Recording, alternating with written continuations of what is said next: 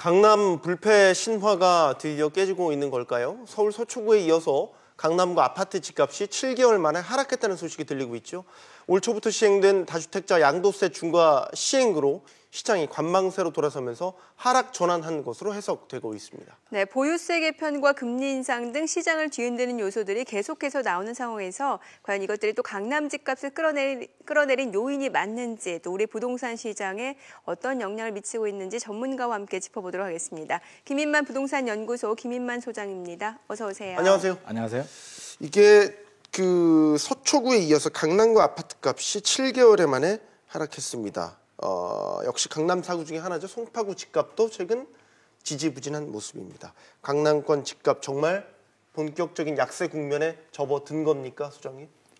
일단 강남구 같은 경우는 전주 대비 0.01% 하락을 해서요. 한 28주 만에 약세로 전환되었습니다. 네. 서초구도 전주 대비 0.02% 하락을 해서 2주 연속으로 하락을 하였습니다. 송파구는 0.01% 조금 상승을 하긴 했는데요. 이걸 뭐 상승이라고 보기는 어렵고요. 보합세입니다. 이렇게 강남 3구가 전체적인 약세 현상을 보이고 있습니다. 8.2 대책 이후에 좀 이제 숨고르기를 하다가 9월부터 한 2월까지 급등을 하였거든요. 그래서 급등했는데 이제 중과세를 피하기 위한 매물들이 2월부터 좀 나오면서 네. 그 현상이 지금까지 이어지고 4월 달에는 이제 양도세 중과세가 시행이 되다 보니까 아무래도 거래량이 더 급감하고 있는 것 같습니다. 네, 지금 부동산 일례사에 따르면 재건축 아파트값 오름폭도 이제 지난해 9월 이후 최저 수준으로 축소됐다고 하는데, 그럼 재건축 시장도 좀 지금 힘에 부친다 이렇게 판단이 되는 겁니까? 재건축 하락이 아무래도 영향을 많이 주고 있는 것 같습니다. 네. 대치동 음마 아파트 같은 경우도 이제 나오면 뭐 매물이 나오기 무섭게 거래가 되던 아파트인데 최근에 2천만 원 하락한 매물이 나와도 이제 거래가 안 되고 있는 상황입니다. 아무래도 재건축 같은 경우는 좀 특징이 있죠. 강남 쪽에 집중적으로 많이 공급이 되어 있고요. 재건축 단계에 따라서 이게 투자 수요가 이렇게 유입이 되면서 이제 가격을 상승하면서 전반적인 주변 아파트 가격까지 끌어올리는 이제 역할을 하고 있는데, 정부에서 강력한 규제들이 많이 나왔습니다. 아무래도 그 조합원 지위양도 금지가 되면서 이제 재건축 아파트들 거래 자체가 힘들어졌고요. 1인당 개발이익이 3천만 원이 넘으면 50% 환수를 하는 개발이익 환수가 올해부터 시행이 되었습니다. 여기에 안전진단이 이제 강화되면서 재건축을 추진하려는 아파트들 기대감조차도 꺾였기 때문에 이런 재건축 시장의 약세가 강남의 약세를 좀 더 이끌어가고 있는 것 같습니다. 이번에 거래량 측면에서 한번 볼까요? 강남 사구 거래량이 비교를 해보면 작년 4월과 비교를 해보면 반토막 났다. 거래가 거의 이루어지지 않고 있다는 얘기겠죠. 이게 시사하는 바가 저희는 뭐라고 봐야 될까요? 저는 거래량을 이제 굉장히 좀 중요한 포인트로 보고 있는데요. 네.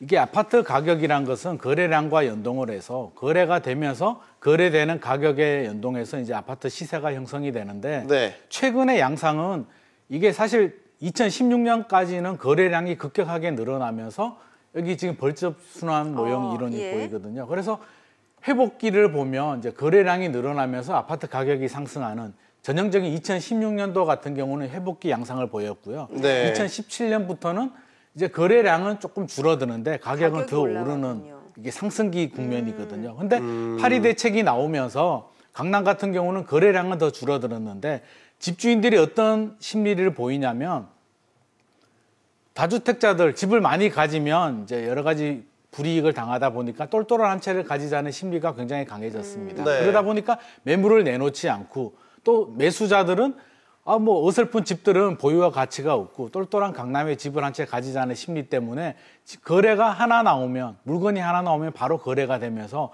거래량은 몇 개 되지 않는데 그 작은 거래량이 가격을 끌어올리는 그런 최근 6개월간은 그런 기현상을 보였거든요. 그래서 상승기였군요. 그렇죠. 상승기 이제 마지막 단계 정도로 볼 수 있는데, 이게 바람직하지 않는 게 그 다음 국면을 보면 이제 침체 진입기라고 거래량은 급격하게 줄어드는데 가격은 보합세 양상입니다. 그래서 지금이 중요한 것이 이게 일시적인 현상이냐 아니면 침체기가 더 이어지느냐에 따라서, 침체기가 더 이어진다면, 침체 진입기가 길어진다면 나중에는 거래량이 급감하면서 가격까지 끌어내리는 이제 침체기로 접어들게 되고요. 이게 일시적이라면 상승을 조금 더 할 수 있는 여력은 있는데 그런 부분은 조금 더 지켜봐야 될 것 같습니다. 네.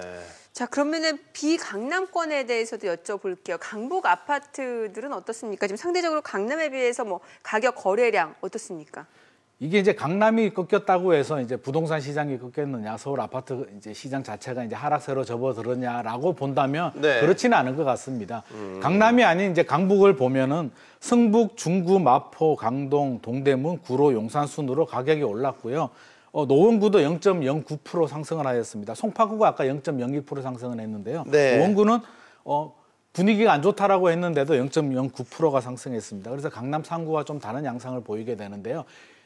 부동산 시장 흐름을 보면 2016년도까지는 이제 갭 투자가 활발하게 되면서 강북이라든지 이런 소형 아파트들이 거래량이 굉장히 늘어났고요. 네. 2017년부터는 거래량은 줄어들었지만 똘똘한 한 채를 가지자는 심리 때문에 강남이 많이 올랐어요. 그래서 지금 강남이 많이 오르면서 어떻게 보면 천장이 높아졌기 때문에 강북이라든지 다른 아파트들은 조금 더 상승할 수 있는 여력이 더 생겼다고 볼 수가 있습니다. 그래서 이런 현상은 이제 강남은 당분간 좀 주춤할 것 같은데요. 강북은 강남이 이렇게 많이 올랐는데 우리는 저평가가 아니냐라는 심리가 작용하면서 당분간은 조금 더 거래가 되지 않을까 그렇게 예상이 됩니다. 자, 여기서 이 질문을 드릴게요. 지금 여러 가지 요인을 얘기해 주셨잖아요. 양도세 중과, 재건축 규제, 대출 규제, 뭐 여기에 이제 금리 인상기도 접어든 영향도 네네. 있고요. 지금 부동산이 어쨌든 뭐 얘기가 나오는 게 강남을 중심으로 뭐 하락세로 전환했나 이런 얘기가 나오고 있으니까 가장 큰 요인을 주는 포인트가 어디 있다고 보세요? 그러니까 재건축 규제인 건지 양도세 중과 때문인지 아니 뭐 대출 아니면 뭐 다른 이유가 또 있다는 것인지 이게 뭐 여러 가지 복합적인 요인인데요. 제가 볼 때는 작년 9월부터 올 2월까지 강남 같은 경우는 단기간에 굉장히 급등을 하였습니다. 이게 뭐 1, 2억이 아니고요. 뭐 5억 이상 급등한 곳들도 많거든요. 그래서 단기간에 급등한 이 피로감이 굉장히 크게 작용하고 있고 이 정도면 많이 오른 거 아니냐. 강남 새 아파트 같은 경우는 이제 현금 10억을 가지고도 전세를 끼고도 살 수 없는 지금 그런 상황이거든요. 이건 네. 정상이라고 볼 수가 없고 현금 여력이 있는 분들조차도 굉장한 피로감을 느끼고 있습니다. 현금 10억이 있는데 강남에 집을 한 채 못 산단 말이야. 나 이제 그만 투자할래라는 심리가 굉장히 많이 작용을 하고 있습니다. 이런 분위기에서 최근 전세 시장도 약세입니다. 전세 가격이 떨어지다 보니까 아무래도 투자자 입장에서는 매매 가격은 많이 올랐고 전세 가격은 주춤하거나 오히려 더 떨어지는 상황에서 추격 매수를 하기에는 굉장히 부담스러운 상황이고요. 정부 규제도 한몫을 하고 있습니다. 뭐 재건축 규제뿐만 아니라 다주택자 양도세 중과세도 나오고 있고요. 네. 뭐 금리 인상 당연히 뭐 미국이 금리 인상되면서 우리는 언제냐 하반기에 금리 인상이 되느냐 굉장히 부담스러운 상황입니다. 이런 여러 가지 이제 불안 요소 중에서 또 최근에서 정부에서 이제 보유세 카드 이야기까지 나오고 있으니까요. 여러 가지 부담스러우면서 강남 같은 경우는 이제 좀 숨고르기 양상이 들어갈 수밖에 없을 것 같습니다. 네, 지금 보유세 말씀해 주셨는데 이제 4월 들어서 보유세 한파가 굉장히 거센 것 같은데 사실 다주택자들은 매물 내놓자니 양도세 때문에 부담스럽고 또 버티자니 보유세 때문에 고민일 것 같고 어떠세요? 참 진퇴양난에 빠진 예. 상황인데요. 이게 사실 양도세 같은 경우는 양도 차익에 대한 세금이거든요. 내가 투자를 해서 돈이 남으면 남는 돈에 대해서 세금을 내기 때문에 뭐 좀 약간 불만은 있겠지만 수긍을 하는 입장은 있습니다. 이게 불로소득에 대해서 돈을 벌었으니까 세금을 내는 건 당연한데 보유세는 좀 개념이 다르거든요. 미실현 이익에 대한 과세예요. 내가 집을 가지고 있다는 이유만으로 매년 세금을 내야 되는데 지금 또 내고 있죠. 재산세도 내고요. 지금 또 종부세가 있는데 여기에 종부세를 더 강화하겠다. 돈을 네. 더 많이 내라는 거거든요. 내가 내 돈 가지고 강남에 집을 한 채 샀는데 세금을 많이 내야 된다, 매년. 굉장히 부담스러운데 이게 집값이 올라줄 때는 사실은 뭐 괜찮습니다. 집값이 올라주면 뭐 종부세 몇 천만 원 더 내도 몇 억이 올라주는데 뭐가 걱정이 있겠냐마는 네. 만약에 이게 하락세로 접어드는데 고지서 몇 천만 원의 종부세 고지서가 나오면 굉장히 부담스럽습니다. 그래서 지금은 체감을 못하고 있는데 만약에 뭐 내년이든 종부세가 인상이 돼서 고지서를 받아보는 시점에 아파트 시장이 약세로 전환되게 되면 집주인 입장에서는 이거 집을 팔아야 되나 심각한 고민을 할 수밖에 없는 상황이 될 것 같습니다.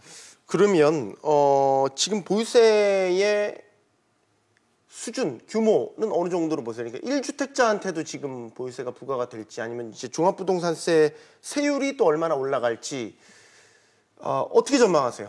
지금 그게 관건인데요. 이제 네. 기존에도 뭐 1주택자도 이제 세율이 높으면 9억 이상이 되면 기준시가 9억 이상이 되면 종부세가 부과가 됐는데 현재 정부는 이걸 더 강화시켜서 뭐 기준을 9억에서 6억으로 낮춘다든지 종부세율을 올린다든지 또는 공시가격을 집중적으로 올려서 전체적으로 세금을 많이 내게 하는 방법 등이 있는데 정부도 좀 고민됩니다. 세수를 늘리고는 싶은데 이게 상당히 부담스러운 게 조세 저항도 크고요. 이게 네. 집값이 지금 아파트 시장이 이제 겨우 좀 안정세로 접어들려고 하는 상황에서 괜히 들쑤셔서 참여정부 시절에 종부세 카드를 내면서 집값은 더 많이 오른 좀 아픈 추억이 있거든요. 추억이라기보다는 아픈 기억이 있는데 괜히 강남 아파트 시장이 이제 안정기로 접어들려고 하는데 괜히 종부세 카드를 섣불리 꺼내서 국민들한테는 조세 저항을 막고 오히려 아파트 가격이 더 올라버리면 굉장히 난처한 상황이 될 수 있기 때문에 정부 입장에서도 강남 4구의 아파트 거래량과 매매 시장을 좀 예의주시를 할 것 같습니다. 네. 네. 결과적으로 인상안이 어떻게 나오느냐에 따라서 앞으로 부동산 시장 가격 전망도 달라질 것 같은데 어떻게 보십니까?